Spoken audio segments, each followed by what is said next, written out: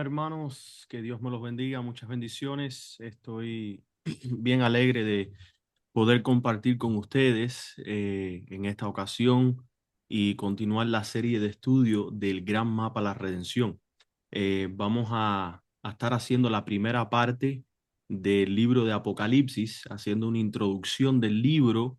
Puede ser que sea un poco de un estudio básico sin cosas tan profundas como normalmente hemos hecho. No obstante, tiene un propósito para poder comprender lo profundo y lo misterioso que tiene que ser revelado. Pues debemos de empezar por lo básico.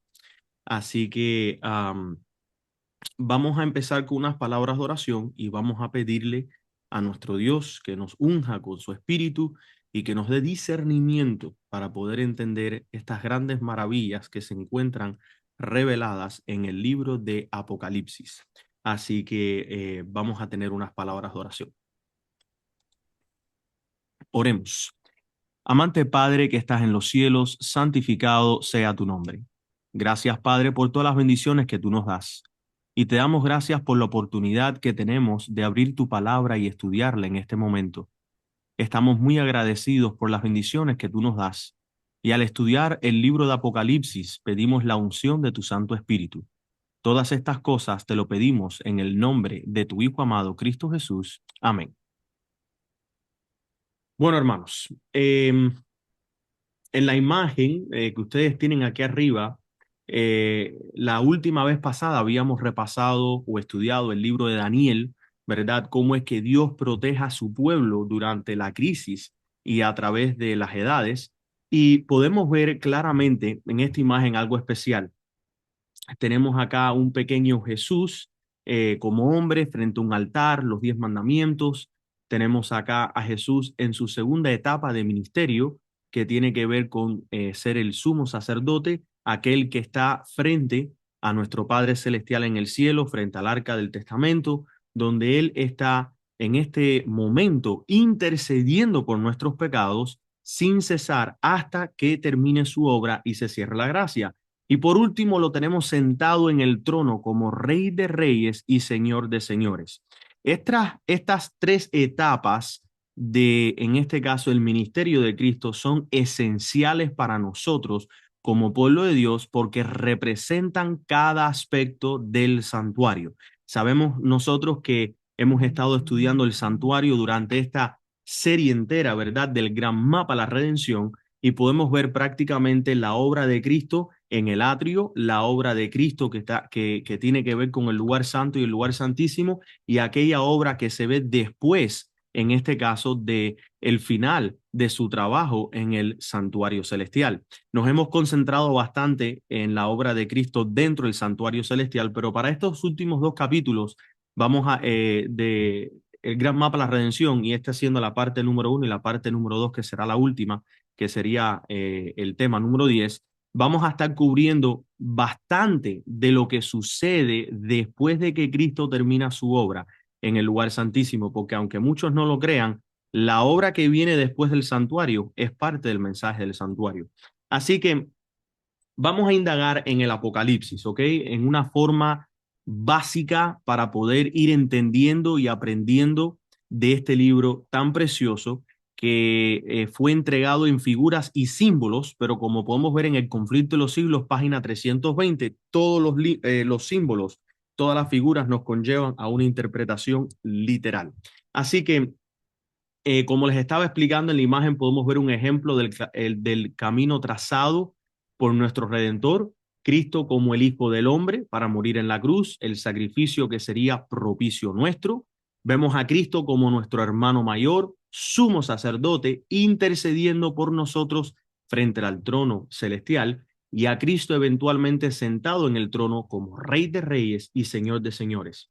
Hermanos, Apocalipsis no fue dado para asustar, como algunos argumentan, ni para confundir, como otros dicen que es un libro confuso, ni para especular, como erróneamente muchos hacen hoy en día.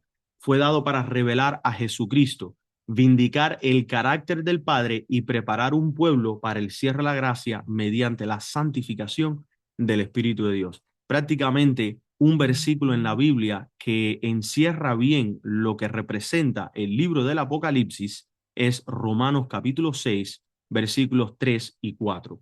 Vamos a analizar ahora el versículo 1 del capítulo 1 que nos va a dar, en este caso, la llave para poder ir entendiendo el libro de Apocalipsis. Número 1, el versículo declara la revelación de Jesucristo. Así que sabemos que el libro del Apocalipsis es el libro de la revelación y interesantemente la palabra Apocalipsis en griego significa revelación. Por eso es que en las Biblias en inglés y en otras versiones en español no se le llama Apocalipsis con la palabra en griego, sino que se le dice el libro de la revelación. Y es interesante porque Satanás ha tomado la palabra Apocalipsis, que significa revelación, y la ha convertido en un sinónimo del fin del mundo. No sé si ustedes han visto las expresiones por el internet, los videos, en los medios sociales, como la gente dice, ay, viene el Apocalipsis, viene el Apocalipsis, viene el fin del mundo. Hermanos, Apocalipsis es revelación, no fin del mundo. Aunque en la revelación de Jesucristo están demarcadas las etapas del fin del mundo, no necesariamente el libro de Apocalipsis es en referencia al fin del mundo. Y eso es algo que Satanás ha hecho para que las personas le tengan pavor a la revelación de nuestro Señor Jesucristo. Número 2, ¿quién dio esta revelación? La entrega el Padre, ¿ok? El único Dios verdadero. ¿Y cómo fue que Él le entregó? Bueno, sabemos que la revelación de Jesucristo que Dios le dio, el Padre se le entrega al Hijo y se le entregó el Hijo para que el Hijo la manifestara a sus siervos las cosas que deben suceder pronto. Aquí dentro del libro de Apocalipsis, a pesar de que viene la revelación del Hijo de Dios y de cada etapa o aspecto de su obra en el santuario, vemos nosotros que también se entrega la manifestación de su espíritu a sus siervos los profetas para que profeticen y nos revelaran las cosas que han de suceder, y declaró enviándola por medio de su ángel a su siervo Juan. Así que fácilmente aquí tenemos traté de hacer algo bastante fácil de seguir para que puedan poner en sus notas, si ustedes están escribiendo y están apuntando. Vemos que el Padre, Dios da, Cristo es quien revela, el ángel es quien comunica y el profeta escribe. ¿Y qué cosa es lo que escribe? El remanente obedece. Es lo que el profeta prácticamente profetiza y el remanente, en este caso, obedece a todo lo que fue profetizado. Esto no es un misterio oculto. El libro de la revelación no es un misterio, es luz progresiva para un pueblo obediente. Pero ojo, vamos a hacer una pequeña pausa y la vamos a hacer bien grande y bien demarcada porque algunos creen que lo que fue verdad ayer no necesariamente es verdad hoy, porque creen que hoy hay una luz más avanzada y por ende la luz de ayer pues como que está incompleta. Grave error, grave error. Para aquellos que construyen, si alguna parte de la plataforma no está buena, no importa cuando le pongas las paredes y el techo y cuánto esfuerzo tú pongas en tu trabajo de erigir este edificio y levantarlo, si la plataforma tiene una parte que no está buena, eventualmente, dado a las tormentas, el agua, los vientos, va a ceder y algo malo va a suceder con la estructura. Cada paso, cada luz, cada verdad que es entregada al pueblo de Dios es puesta como un pilar y no puede ser movida. Entonces, para nosotros poder progresar en la luz, y por cierto, no es que la luz progresa, no es como que ahora Dios está revelando cosas que ayer nos reveló. Nosotros somos los que vamos alcanzando esa progresión en la luz porque Dios lo reveló todo desde el principio. Somos nosotros los seres humanos los que vamos a ir alcanzando poco a poco esa perfección en la luz. Pero o sea, Dios no está revelando cosas hoy que no reveló en el pasado. Él las reveló desde el principio.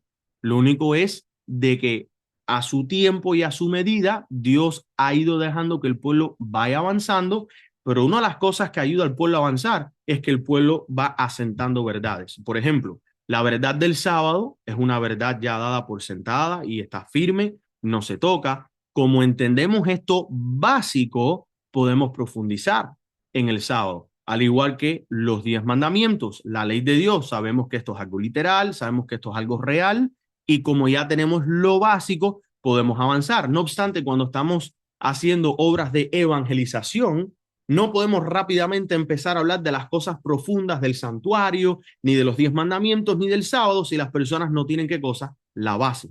Entonces, nosotros somos personas privilegiadas. Nosotros hemos heredado la luz que otros han ido descubierto y se han ido poniendo en esa plataforma, lo cual nos deja a nosotros mucho más tiempo para la investigación.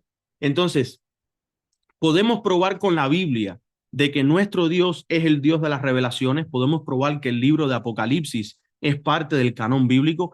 Absolutamente. Primera de Corintios, capítulo 2, versículo 10 nos declara, pero Dios nos las reveló a nosotros por su Espíritu, porque el Espíritu todo lo escudriña, aún lo profundo de Dios.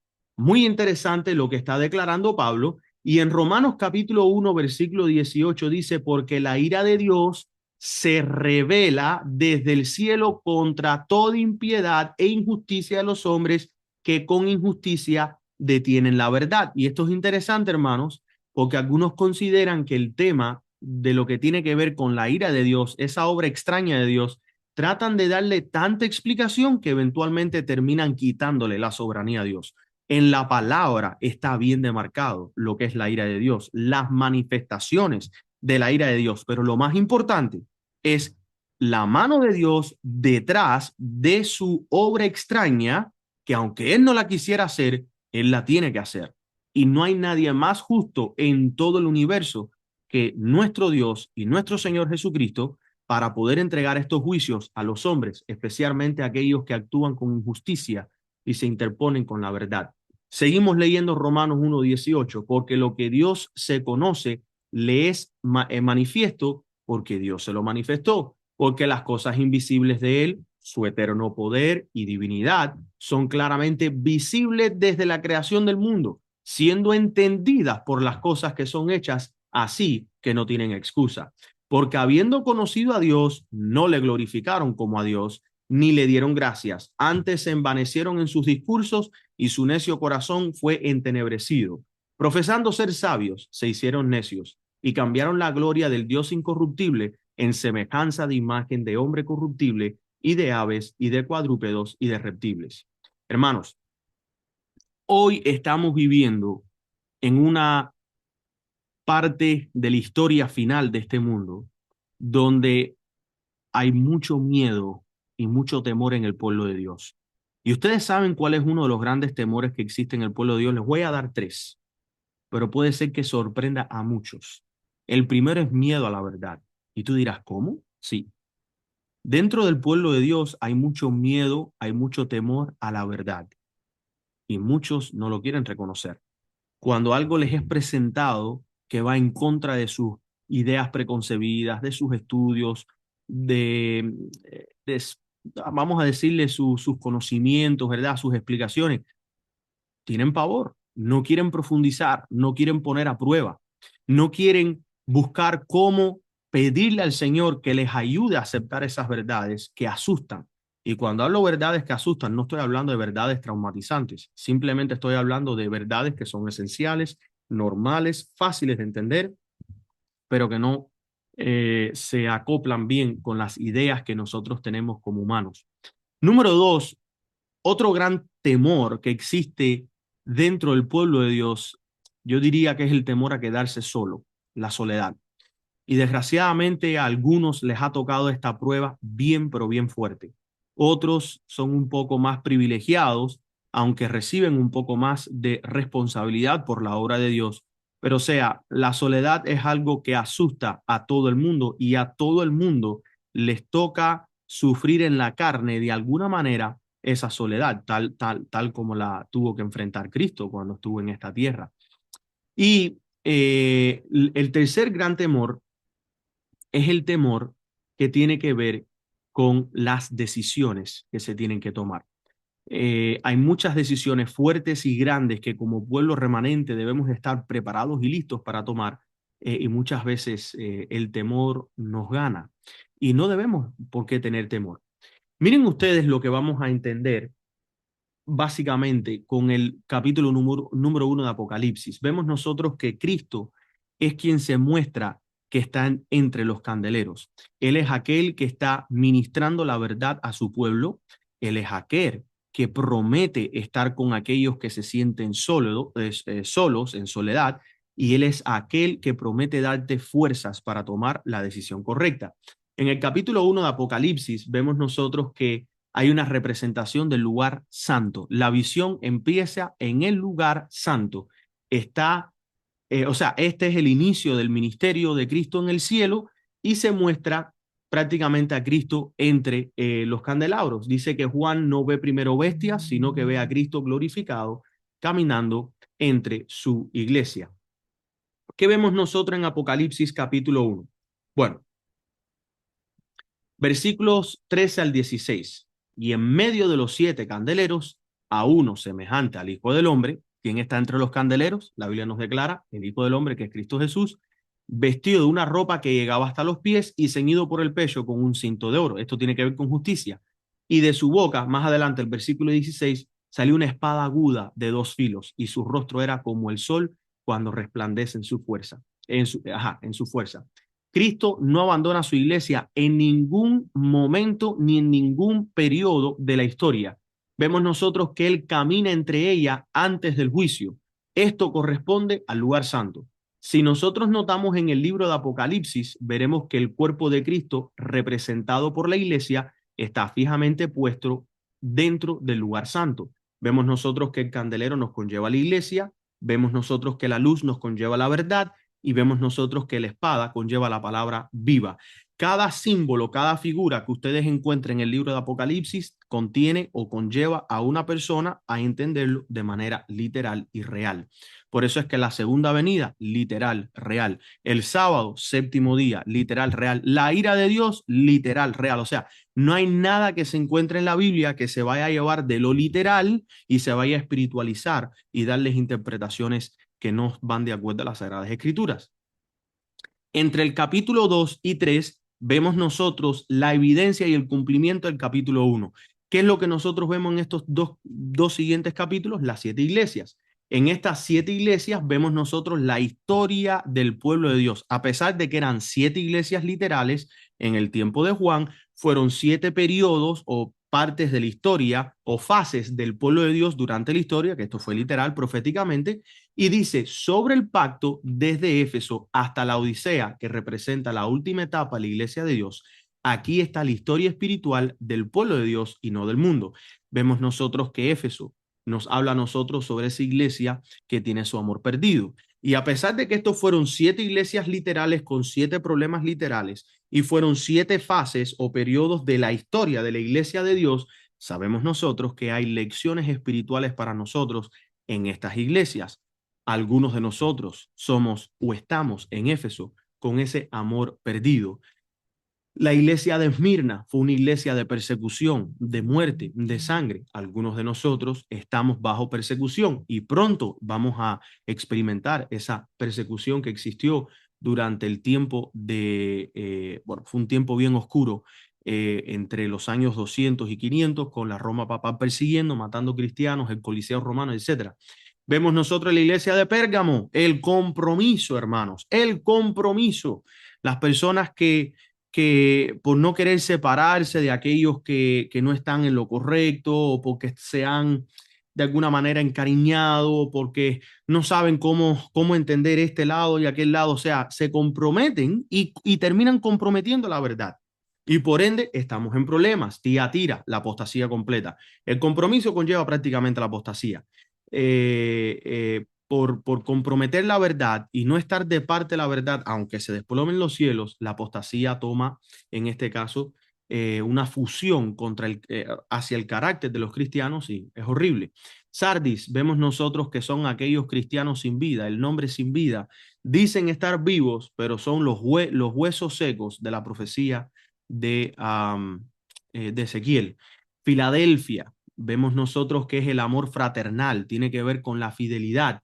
Y vemos la Odisea, que tiene que ver con la tibieza final, tiene que ver con aquellos que tienen un espíritu eh, orgulloso, que se creen que están bien, que van bien, pero o sea, le falta de todo. ¿Qué nos dice Apocalipsis 3:20? Apocalipsis 3:20 nos da a nosotros la cura para todos los males que existen a través del periodo de la historia de las iglesias. Y muchos simplemente toman Apocalipsis 3:20 en contra de la Odisea, pero también se aplica en contra de Éfeso, Pérgamo, Tiatira, Sardis. No menciono a Esmirna y Filadelfia porque ellas no reciben una corrección, solamente que sufren de males similares, como por ejemplo la sinagoga de Satanás, que estaba entre ellos, que salió de ellos, pero no era de ellos. Pero o sea, estas 5 iglesias, Éfeso, Pérgamo, Tiatira, Sardis y la Odisea, son las que reciben corrección de parte de Cristo. Y esta es la cura. Esta es la cura para el pecado y es la cura para nuestras vidas. He aquí yo estoy a la puerta y llamo. Si alguno oye mi voz y abre la puerta, entraré a él, cenaré con él y él conmigo. Cristo no fuerza la puerta. Antes del juicio, él suplica. Ojo con lo siguiente. Ustedes ven aquí que él dice, he aquí yo estoy a la puerta y llamo. Si nosotros vamos a Apocalipsis capítulo 1, 13 al 16, veremos que él está en medio de esos 7 candeleros, vestido, ropa que llegaba hasta los pies, ceñido por el pecho con un cinto de oro. Dice que su boca salió una espada aguda de 2 filos, haciendo referencia a la obra de Cristo que está en la puerta y llama. ¿Cuál es la puerta que normalmente se refiere el libro de Apocalipsis que quedó abierta en la 7ª trompeta? La puerta del lugar santísimo o el velo que fue quitado y ahora pasó Cristo. Entonces Cristo está a la puerta y él está llamando al pueblo y él le está diciendo al pueblo, si alguno oye mi voz y abre esta puerta por fe, o sea, que ve por fe detrás del velo, dice Cristo, que él entra en nosotros, cenará con nosotros o sea, nosotros cenaremos con él y él con nosotros. En el lugar santo se encuentran los panes en la mesa de propiciatorio, en la mesa de los panes. Ahí nosotros vemos la intercesión de Cristo representando nuestro propicio y al mismo tiempo esa espada aguda que sale de su boca, que es su palabra, la presencia de su espíritu en nuestras vidas. Todo se conecta, todo anda junto, nada se separa. ¿Qué vemos nosotros en Apocalipsis 4 al 5? Vemos a Dios, vemos al trono de Dios y vemos al Cordero. Ya en estos capítulos vamos viendo una transición al lugar santísimo y aquí ocurre el corazón del cielo. Y miré y vi que en medio del trono y de los cuatro seres vivientes y en medio de los ancianos estaba en pie un cordero como inmolado. Nosotros sabemos que el trono es algo literal, 4 seres vivientes, en otras traducciones dice 4 bestias. Normalmente esto va en contra de lo que serían las reglas de la naturaleza, lo que Dios ha creado, así que sabemos que esto representa algo, es una figura y representa en este caso a ángeles poderosos y especiales que se encuentran en el trono de Dios y está revelado en los testimonios. Y en medio de los ancianos dice que estaba en pie un cordero como inmolado. ¿Qué símbolo representa el cordero o a quién representa el cordero? Representa a Cristo Jesús. Este cordero que fue inmolado es aquel que murió en la cruz. Este cordero que está en pie es aquel que fue resucitado por el poder del Padre. Este mismo cordero, este que murió y resucitó, toma el libro y esto es la evidencia de que él recibe la autoridad judicial. Empiezan a abrirse los 7 sellos, que también son etapas de la historia del pueblo de Dios, y vemos nosotros que él tiene la autoridad de empezar ese juicio. Esto inicia formalmente el juicio, no condenación arbitraria, sino una redención legal. Ahora, miren ustedes estas 2 citas del Espíritu y la profecía.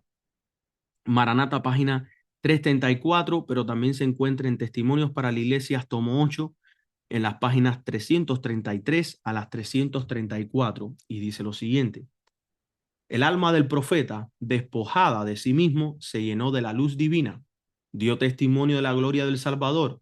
De esta gloria de Cristo, todos sus seguidores deben participar. Podemos recibir la luz del cielo solo si estamos dispuestos a despojarnos de nosotros mismos. Para tú poder entender estas cosas que se encuentran en el libro de Apocalipsis, tienes que estar dispuesto a despojarte de ti mismo. Podemos discernir el carácter de Dios y aceptar a Cristo por fe solo si consentimos en someter todo pensamiento La palabra pensamiento viene de razonamiento. Razonamiento se puede interpretar como interpretaciones.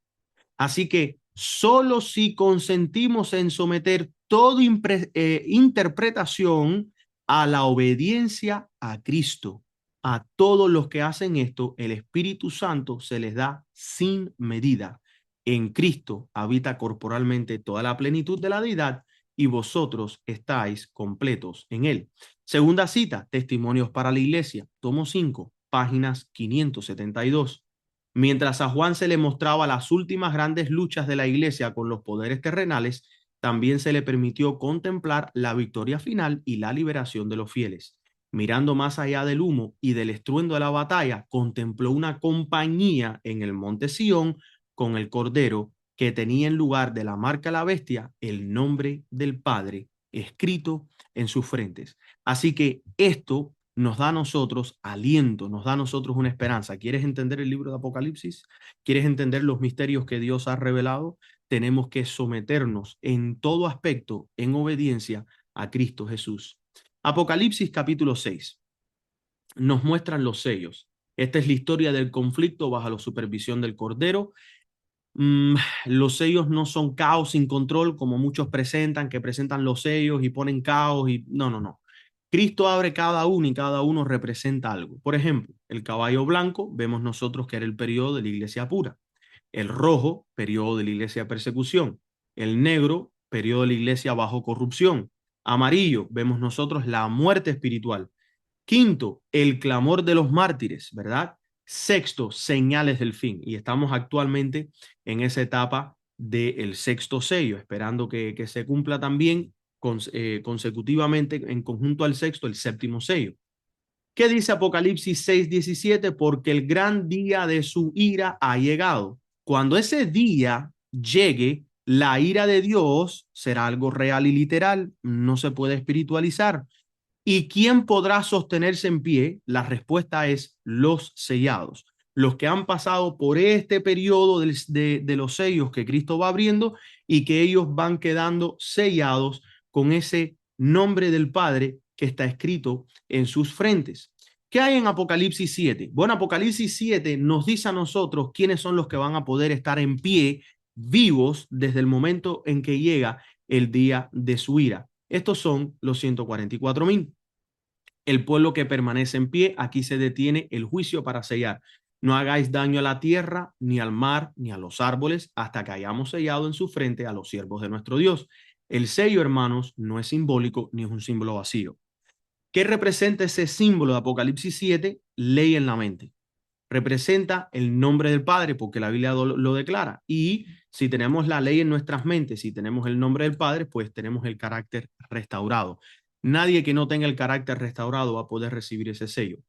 Aquí me gustaría hacer una conexión con Levítico 26, que es revertido, porque Levítico 26, Dios da esa profecía de juicio para aquellos que se apartan de la verdad, se entregan a las apostasías, etcétera, etcétera. Pero o sea, al final de esta profecía vemos nosotros que se pasa del juicio al tiempo de reunión, donde Dios empieza a reunir a los 144,000 y empieza a terminar el sellamiento en su pueblo. Por eso Apocalipsis 7 responde al llamado del fin de la dispersación del pueblo de Dios, donde ahora quedamos en el tiempo de reunión. ¿Qué vemos nosotros en Apocalipsis 8 al 9? Vemos el tiempo de las trompetas. Estas son las advertencias progresivas, marcan el camino de fe para el pueblo de Dios. Estos son los juicios de Dios que cayeron en la historia, especialmente en contra de la Roma imperial y la Roma papal, ¿verdad? Todos estos imperios que se opusieron a Dios, todos han recibido juicio estando en esta tierra. Vemos nosotros que las trompetas no son un castigo final, sino que con misericordia también son como una alarma. Dios advierte al mundo antes de juzgarlo definitivamente. Las trompetas son símbolo de anuncio de guerra en la Biblia y también para tiempo de convocación. Estamos viendo en el momento donde queda abierto el templo de Dios y se puede ver el santuario y a Cristo ministrando. ¿Por qué Apocalipsis 10 es tan importante para nosotros como adventistas del séptimo día? Bueno, número uno, Apocalipsis 10 es el capítulo que marca directamente 1844 Es la experiencia dulce y amarga, es la experiencia que tenemos como pueblo. Apocalipsis 10, versículos 9 al 10 nos dice que se toma el librito, se pide que sea devorado y cuando lo hubo comido fue dulce en la boca como la miel, habló el profeta, pero cuando lo comió, después que lo comió, amargó su vientre. Esto es en referencia al gran chasco. Daniel era el libro sellado. En el 1844 queda ahora abierto el tiempo profético que fue profetizado en el Antiguo Testamento, no solamente en el libro de Daniel, sino todas las demás profecías, terminaba todo en el 1844. Ya no hay más profecía de tiempo después de 1844. Cristo pasa y entra al lugar santísimo en el 1844. Toda la profecía apuntaba a este año. Todas las profecías apuntaban al final del tiempo cuando empezaba el juicio investigador. Todo es de gran importancia en la obra que Cristo hace en el santuario. Por eso la sierva de Dios en su primera visión vio que el mensaje del clamor de medianoche, este que no me refiero al ministerio, sino a un mensaje que fue predicado en el otoño de 1844, era esencial y lo que llevaría al pueblo de Dios a la Canaán celestial. Es necesario volver a nuestras raíces. En el capítulo 11 vemos que el juicio ha comenzado. Prácticamente el versículo 19 nos lo declara cuando dice que el templo de Dios fue abierto en el cielo y el arca de su pacto se veía en el templo. El arca aparece, la ley reaparece y el juicio no es sin ley. El juicio tiene que ser con la ley de Dios. En Apocalipsis 12 vemos nosotros la gran controversia. Vemos al Padre, vemos al Hijo versus el dragón. Aquí se expone el conflicto cósmico. ¿Cómo? La mujer nos conlleva a nosotros a ver al pueblo fiel en la historia. El Hijo nos conlleva a nosotros a ver a Cristo en la historia. El dragón nos conlleva a ver a Satanás, aquel que se opone al pueblo de Dios y a Cristo en la historia. La guerra, hermanos, no es política. La guerra, hermanos, no es una guerra solamente espiritual, es una guerra literal. Y estamos en guerra. Es por adoración y autoridad, por decisión de cada ser humano. El capítulo 12 de Apocalipsis hace un gran arco necesario para la profecía dada desde Génesis 3:15. Esta es la esencia del juicio de Dios, el conflicto cósmico, el conflicto de 7 siglos que llegará a su final después del milenio. En Apocalipsis 13 vemos nosotros la crisis, la gran crisis, la bestia y su imagen, la repetición de Daniel capítulo 3, pero esta vez en su forma antitípica literal para el mundo entero. Noten esto. En Daniel 3 y en Apocalipsis 13 nosotros tenemos un paralelo. Este paralelo es lo siguiente. Tenemos una imagen en Daniel 3, la tenemos en Apocalipsis 13. Tenemos un decreto en Daniel 3, lo tenemos en Apocalipsis 13. Tenemos una marca en Daniel 3, lo tenemos en Apocalipsis 13. Todas estas tres cosas conllevan a un solo evento, adoración forzada. En Apocalipsis 13, 16 al 17 vemos nosotros que se impone una marca en la mano derecha o en la frente, el nombre o el número, y esto no es tecnología. Hoy en día muchos cristianos se ponen que si la marca de la bestia, que si es tecnológica, que si es un chip bajo el brazo, que si es las criptomonedas, que si es el televisor, que si es esto. Hermano, todas estas cosas pueden jugar un rol en lo que es la adoración forzada. Puede, pero la marca de la bestia, el nombre de la bestia, el número de la bestia, tiene que ver con una decisión que tiene que conllevar al mundo a decidir a quién adorar. Si adoras a la bestia a través de su imagen, de su nombre o su número, recibes su marca. Si adoras a Dios, al Padre y a su Hijo, Cristo Jesús, entonces tú estás, en esencia, recibiendo el sellamiento de parte de Dios. Por eso es que Apocalipsis 14, después de que el 13 nos muestra la crisis, el 14 nos muestra la experiencia con altitud, el ancho, profundidad del carácter o la experiencia del pueblo remanente, el clímax del plan de la redención. Y aquí está el mensaje final del cielo. Dice Apocalipsis 14:12, aquí está la paciencia de los santos, los que guardan los mandamientos de Dios y la fe de Jesús. Los mandamientos te conllevan a la ley, la fe de Jesús te conlleva al carácter y la paciencia te lleva a un juicio prolongado No obstante, esa espera no te desanima, te mantiene aferrándote más a Cristo. ¿Qué hay en los capítulos 15 a 16 en Apocalipsis? Vemos las plagas. Después del cierre de la gracia, nadie se arrepiente. No hay intercesión, el carácter ya está fijado. Miren ustedes lo que pasa en la quinta plaga. Apocalipsis 16:10. El quinto ángel derramó su copa sobre el trono de la bestia y su reino se cubrió de tinieblas y mordían de dolor sus lenguas y blasfemaron contra el Dios del cielo por sus dolores y por sus úlceras y no se arrepintieron de sus obras. Para cuando empiezan a caer las plagas, no hay vuelta atrás. Cada uno está decidido y a pesar de que caen todos estos juicios, no les importa y ellos siguen viviendo sus vidas sin arrepentimiento.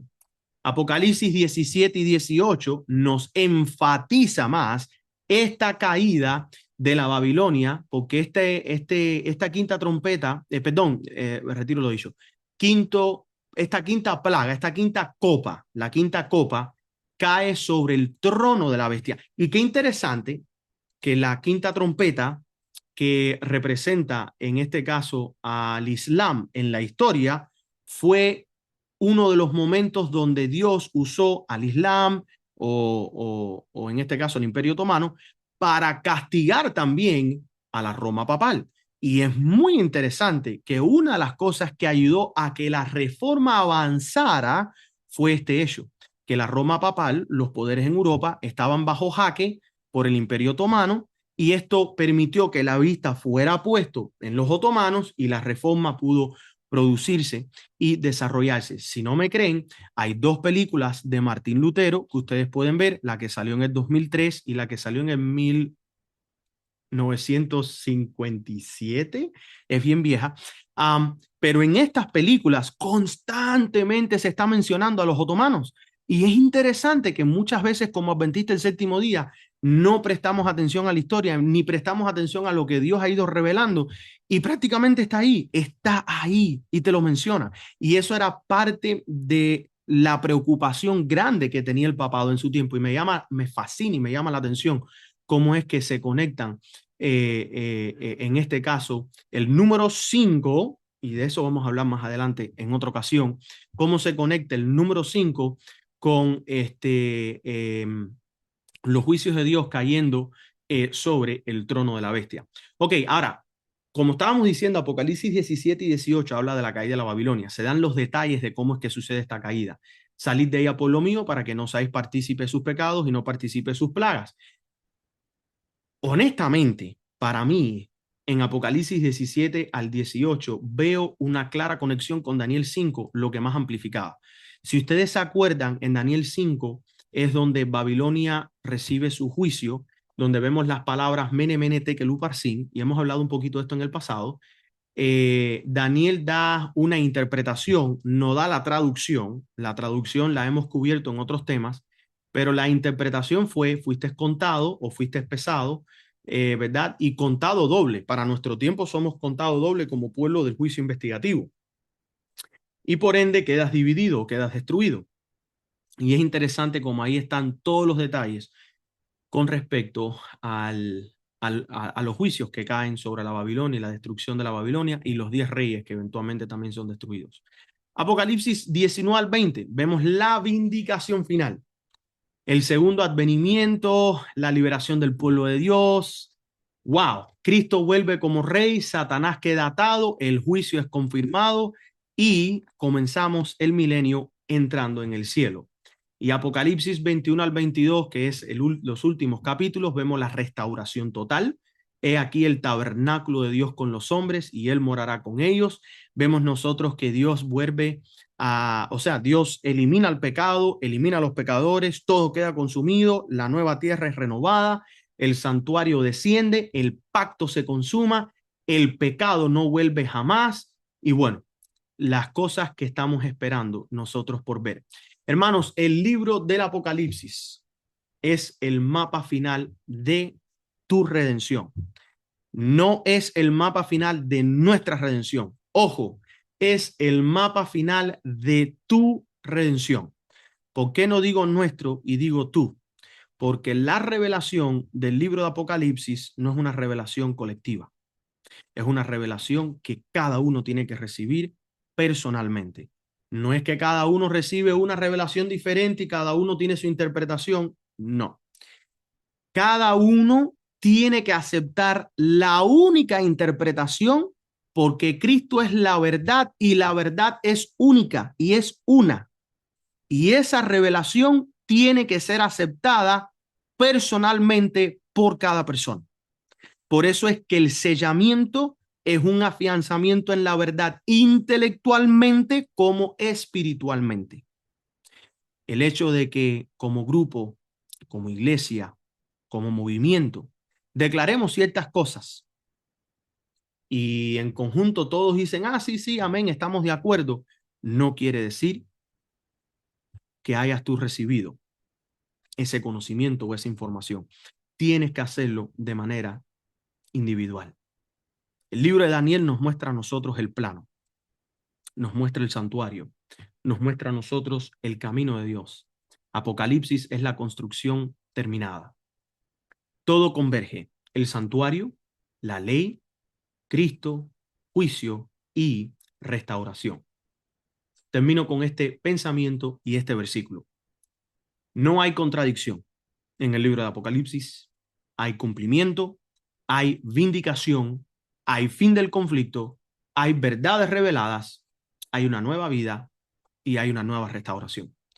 Amos capítulo 3, versículo 7, nuestro segundo testigo de que Apocalipsis es un libro que es parte de la Biblia y que esa revelación, la revelación de los misterios de Dios, es bíblico. Ciertamente el Señor Jehová no hará nada sin que revele su secreto. ¿A quién? A sus siervos los profetas. Así que mis queridos hermanos, gracias por participar del estudio en esta mañana. Espero que sea de gran bendición el gran mapa, la redención, la historia del pacto revelada. En el próximo estudio vamos a profundizar ahora en ciertos detalles a lo largo del libro de Apocalipsis, ahora que tenemos una mejor recapitulación de lo que es el Apocalipsis. Vemos nosotros la revelación de Jesucristo, se nos revela que Cristo está caminando entre las iglesias, tenemos el periodo de las iglesias, tenemos cuando Cristo es presentado y recibe la autoridad judicial para empezar su obra como sumo sacerdote y eventualmente pasa al lugar santísimo. Vemos nosotros los sellos que muestran los periodos de la historia del mundo y del pueblo de Dios, la gran crisis final, quién estará de pie. Capítulo 7 nos demuestra que son los 144,000. Capítulos 8 al 9 nos muestra a nosotros los juicios que Dios ha ido dando desde que Cristo fue elevado hacia los cielos y él fue enviando estos juicios para ir anunciando, viene juicio investigador, viene juicio investigador, y el pueblo de Dios estaba fijándose en todas estas cosas que sucedían. Capítulo 10 nos muestra la experiencia del pueblo adventista, llega el momento de la verdad. Todos los tiempos proféticos culminan en el 1844.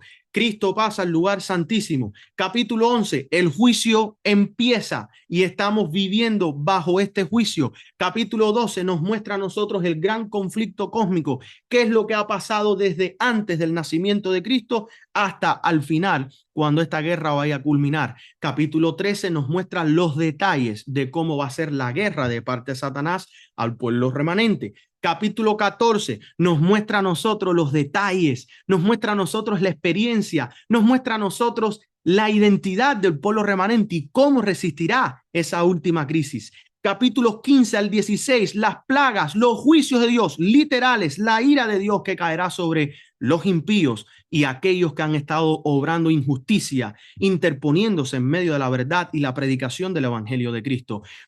Capítulos 17 al 18, vemos los detalles de cómo es destruida la Roma papal, los engaños, los 10 reyes, el mundo que ha sido entregado a las hechicerías, a los engaños de Satanás, etcétera, etcétera. Capítulos ahora 19, 20 y 21 nos muestra a nosotros el tiempo del milenio, nos muestra a nosotros el tiempo cuando estaremos en el cielo y nos muestra a nosotros la vindicación, la restauración y cuando Dios vaya a restaurar por completo esta tierra y el pecado simplemente no existe más. Al entender todo lo que muestra el libro de Apocalipsis, al tener las cosas básicas, vamos a poder profundizar un poquito más con respecto al santuario revelado a niveles más profundos dentro del Apocalipsis. Y siempre hemos estado hablando cómo poder tomar un versículo de la Biblia y poder explicar cada aspecto del santuario o cada aspecto de el Evangelio. Y para eso es el versículo 1 del capítulo 1 que es clave. Ahí nosotros vemos la revelación de Jesucristo que nos muestra a nosotros, en este caso, la luz, el candelabro que está en las iglesias, que es dado por medio de Dios. Esto lo vemos nosotros representado por la presencia, la Shekinah, que está en el lugar santísimo, manifestado a sus siervos las cosas que deben de suceder pronto. Este es el pan que se encuentra en la mesa de los panes, donde ahí se representa la palabra de Dios.